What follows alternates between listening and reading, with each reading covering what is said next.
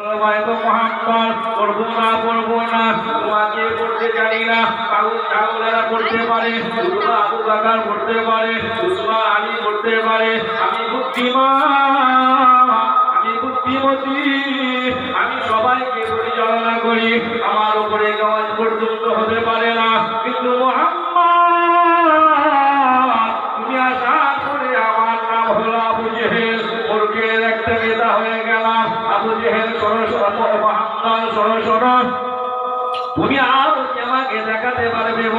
বললো তোমার চাচা আপনি কি দেখতে চাই বলুন। বললো মোহাম্মদ, ও মোহাম্মদ তোমাকে যা বলছি তাই তো তোমাকে সব স্বীকারোক্তি করিয়ে দিচ্ছে।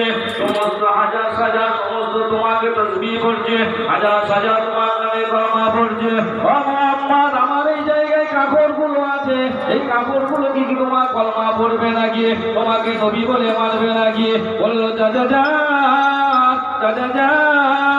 আমি মুহাম্মদ বললে পরে তোমার কষ্ট হবে, আমি মুহাম্মদ বললে তোমার হয়তো বিশ্বাস হবে না।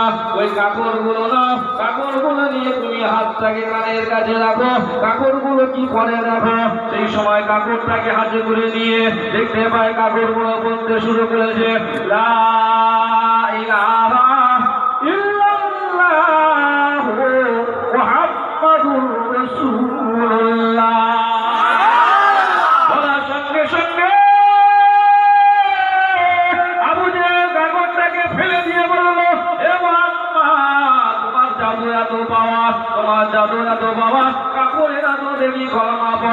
আর কিছু শুনতে চাই না মুহাম্মদ, তুমি এমনি সেমনি না, তুমি বিশ্ববিখ্যাত জাদুয়ার। বলল চাচা আপনি মানেন না মানেন, আল্লাহ আমার মান সম্মান ইজ্জত বড় করে দিয়েছে।